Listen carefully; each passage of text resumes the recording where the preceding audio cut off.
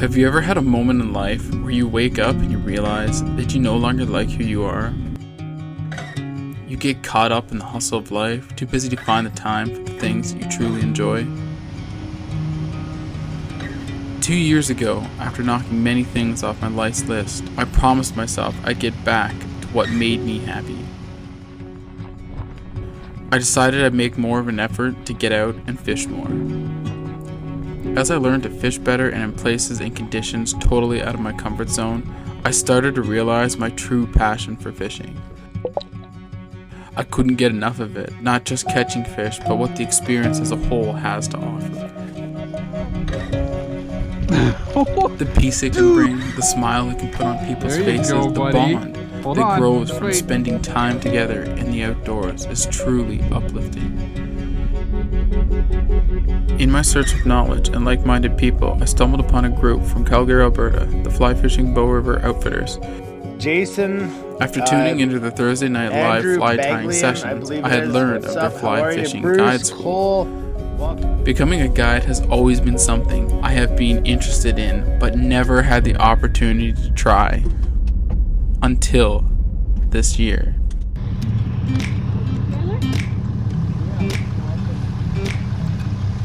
Being only 2 years into my fly fishing career, I was totally out of my comfort zone, but ready to soak up anything and everything I could learn. I'll be honest, I wasn't sure what I was going to come out of this experience with. All I knew was I was excited and ready to learn, and what I would get out of this experience would blow my mind and leave me yearning for more. Bumper cars. Now, coming from a mostly motorized boat experience, this was very different for me. Growing up in Newfoundland, I did row some small boats in our harbor, but I didn't think it would qualify as much experience. Long time And ago. paddling a canoe is a very different ballgame. So learning all the strokes and tools of these drift boats was pretty cool. So power stroke is just both hands together, even pulls on both oars. What we don't want to do is bury the oar down here. We don't want it down there. We Okay. want just enough to cover the blade. All right. That's an efficient row. All of my work is done going back. Okay. So I'm constantly wanting to slow the boat down. Okay. The slower the boat, the easier it is to control. So, are you facing upstream or downstream? Always facing downstream. So imagine the Okay. river's going this way. Yes. Okay, so my rowing is always down. Yeah. Okay. Always back. To slow you down. Obviously, if I want to make a quick spin, Yeah. which there are times you want to, Yeah. maybe not so much in the lake or in the river as much as a lake. Yeah. But if I pull with one and I push with the other, right? Okay. Yeah. Zip you right around. It's gonna zip me around. And conversely to that, Yeah. to do the same thing. Spin. And lots of times if we need to make a quick maneuver to spin, pulling one oar isn't enough to really turn you. But Yeah. if you pulled and pushed, boom, I missed Yeah. it. Okay? Just So you're sends being- If Yeah. I tip my butt like this, I go this way. Tip my butt like this, I go this way. Okay. Okay, so that's, we were talking about ferry angles yesterday. Yeah. Ferry angle being the angle you set when you ferry across the river. Yeah. So ferry angle, I pick a degree, I don't care. Yeah. You're gonna know it, we're gonna feel it, you're gonna be in it, you're gonna get that angle, and then the boat's just gonna, you could practically not even row another scope across. That's your ferry angle. Go ahead and stand up. Get your legs and those leg locks. And in here. Okay. So my spiel when I get into the boat with people, Yeah. I say, safety. What's Yeah. the biggest safety piece when we're on these boats? When you're standing, you're locked in those locks. What Okay. that looks like is, if I'm fishing on this side of the boat, I Yeah. want this leg Yeah. in here, Oh, okay. right? Lock it in. Yeah. So when I pull, Yeah. you don't move. Nice. Okay, and if I fish on the other side, then I just pivot. And yeah, that's basically how we're doing it. Other than that, our anchor system, it's pretty simple. But I mean, we got a lot of shit in here right now because we got Yeah. other stuff. But sometimes this is exactly how it is, especially overnight trips. You got so Yeah. much shit in your boat. So what's important is always making sure at the start. I always make sure I got all my anchor rope clear. Okay. Yeah. In the lake, I always tie a knot in it. I disagree with Quinn. I don't think a knife's quick enough. For me, to prevent myself, if I get stuck, my anchor ropes or my anchor stuck, Yeah. to prevent getting that boat in, the best way is to push that anchor, control with the oars, don't have a knot in it, and let all your rope go out. You're not gonna lose Okay. your rope. Your rope's tied at the back. Yeah. But you're gonna lose your anchor and you're pulling. Okay. Okay. But I always, in a lake, I have this because you don't want to drop your anchor on the bottom. No. It's gone, right? Yeah. We're not in any places of danger at this point. Okay? Yeah. As far as dropping your anchor, step on it, Okay. It I was runs. wondering how you pull that up. Okay, just No, steep. So that's gone all the way to the bottom. Yeah. We always want to give more anchor rope when like you'll Yeah. see it hit the bottom, feel it hit the bottom, and give it a bunch. Pulling it up. Normally we're sitting. oh, okay. You're just pulling. That's how our anchor rope works. Yeah. So in my safety spiel, I always tell people, Yeah. if for some reason I end up outside the boat, and I don't know why that would be, but if I'm running the boat, I'm incapacitated, you need Yeah. to slow the boat down, Yeah. press on that. Drop it, Okay. it'll hit the bottom, give it a little bit more rope, take your foot off or it'll go out. Yeah. And then it's a rowboat. Point the bow to danger and roll backwards. And it's the same thing we're gonna teach you guys Yes. in moving water. If there's something dangerous, we point at it with our nose, Yeah. and we roll backwards. Okay. Okay, that's just gonna get us away from it. Mhm. So if I was like, for instance, that shaft right there, let's imagine it's right on my bow right now. Yeah. If I point at it and keep rowing backwards, Yeah. getting good bites, Yeah. I'm gonna pull myself away from it and around it. Okay? Okay.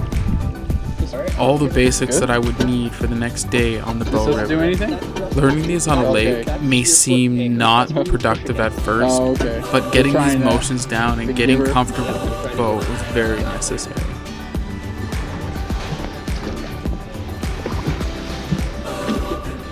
And then for instance, if you wanted to turn, let's say you want to turn your butt a little bit farther this way, you could keep rowing with full. Yeah. Now pull harder with your right. See, you didn't stop rowing. You kept Yeah. rowing, but by pulling a little harder with one oar, and I'll do it with the other one. Pull it harder with the left. Right? So they're both in the water, but one's not making really Yeah. pressure and the other one is. Okay. It's been a long time since I rode a boat. To really work on the consistency of your stroke. So we don't want this to happen. Yeah. We want it, because thinking of when we're in a river, yes, we have current that's going to kind of hold us in a direction, Yeah. but we're also making, the moves we're making Mhm. need to be smooth. Keep us on what we call a line. So we'll say certain things to you. We'll talk about berry angle, we'll talk about holding a line, Mhm. we'll talk about anchoring. Holding a line means that when I'm going down a river, let's say the bank is over here, I want to keep that same distance off the bank the whole time. I don't want to go in and out, in and out of the bank, because all those corrections and other corrections mean that we're not fishing where we need to be fishing. Right? We want to find the line we want to fish. Find that space.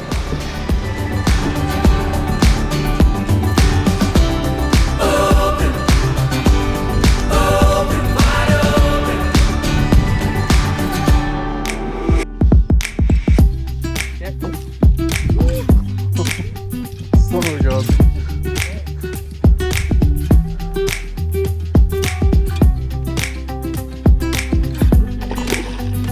Oh, that's a nice. It's got a.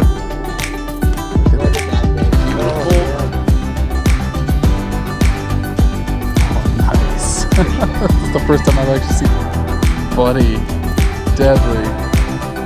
That's nice. Oh! Oh, hold on.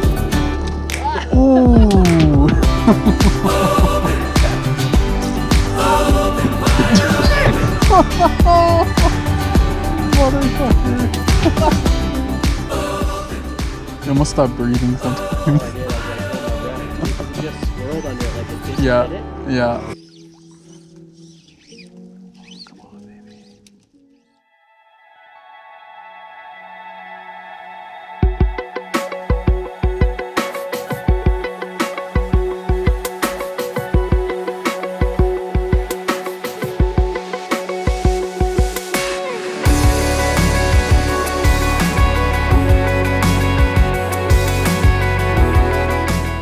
Day 2 started off pretty good, and I got first dibs at rowing, and things went well. Conditions were good, and I felt pretty good. It was Jordan's turn to row, so I picked up the rod and I managed to catch a rainbow, which I forgot to turn the GoPro. Ooh, nice. Thank you, Dick. Brandon caught a small rainbow. Want me to net it?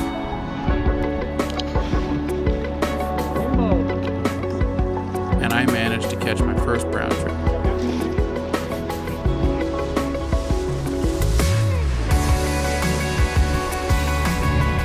Nothing crazy, but cool just the same.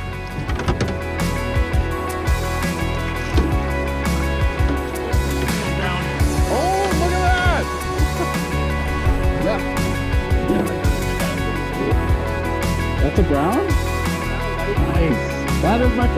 down.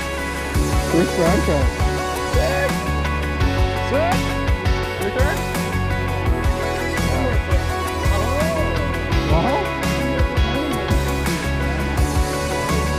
No, you're just setting it up now. We had lunch.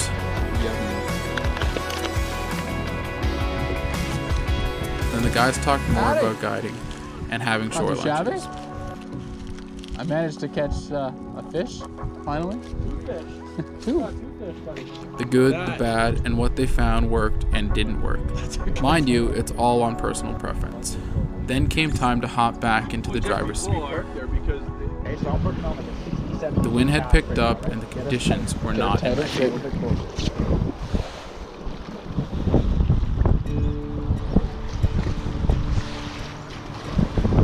Always have to fish bags and hoppers the most times you are. Okay.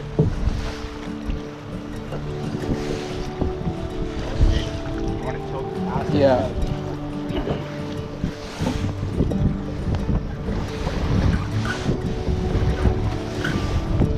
The wind would Is this push close me enough? and I was making way too many A little too overcorrections. close, okay. Halfway. Oh, this is where the crab comes in. Yeah. It's where you almost can't hop fish. Really, you can't really crab off. Because now you're just shifting in and out, in and out, in and out.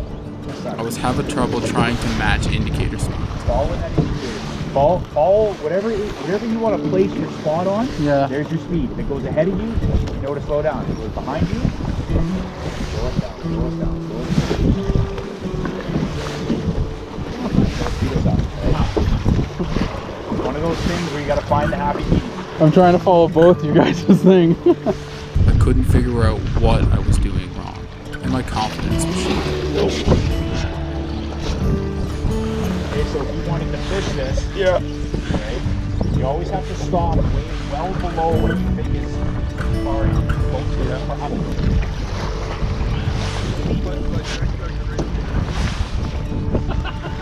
Right through the hole. Nice. I love it. I want to go this way. You don't want to go towards it. Keep that boat straight. Right? Just go past them if you have to. Yeah. Is it a whitefish? Go. Then it counts. I started to get very frustrated. Sometimes when I get that frustrated, it's better to step back, gather my composure, and retry with a fresh mind. I'm gonna vomit out there. You guys were mending. So I took the time to work on my casting, and I'm glad that I did. Cares about this line. If you mend it up there, it's going to take care of itself. So when you mend it, okay, reach at it and maneuver the line, okay? Maneuver it right down to the fly. Get one mend, leave it. Leave it. Try to get that one big mend to the leader, Okay. and then you have a longer interrupted drift, right? Because sometimes you catch them on the twitch, but most times we're gonna spook. Try to get that big, nice bend, or try to get a little bit of a reach cast. Exactly. Create the angle on the cast.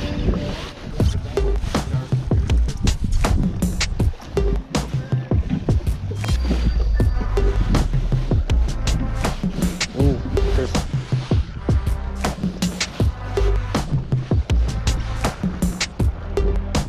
Got one.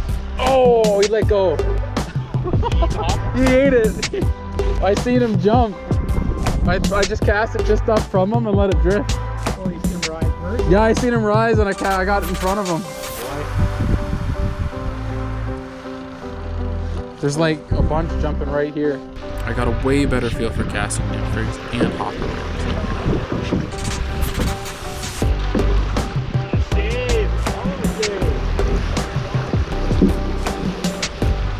See how quick you can move it if you want to, right? Always before you don't match.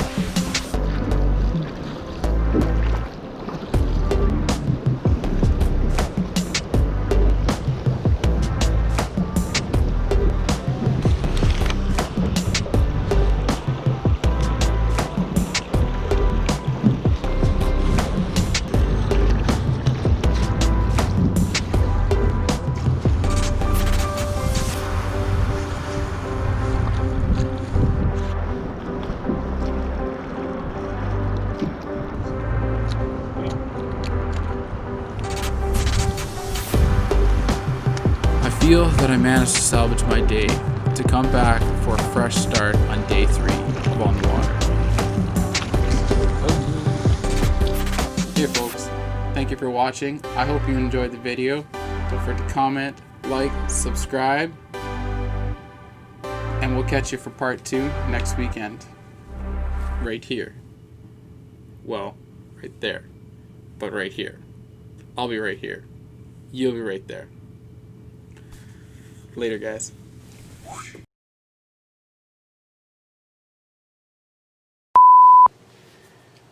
Hey guys. Thank you for watching. I hope you enjoyed the video. Don't forget to comment, like,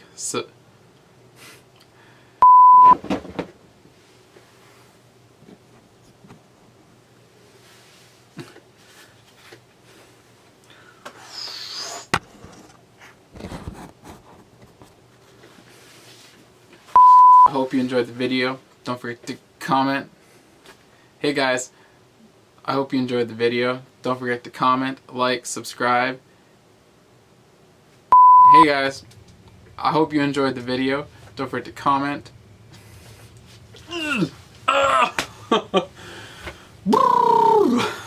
Son of a bitch.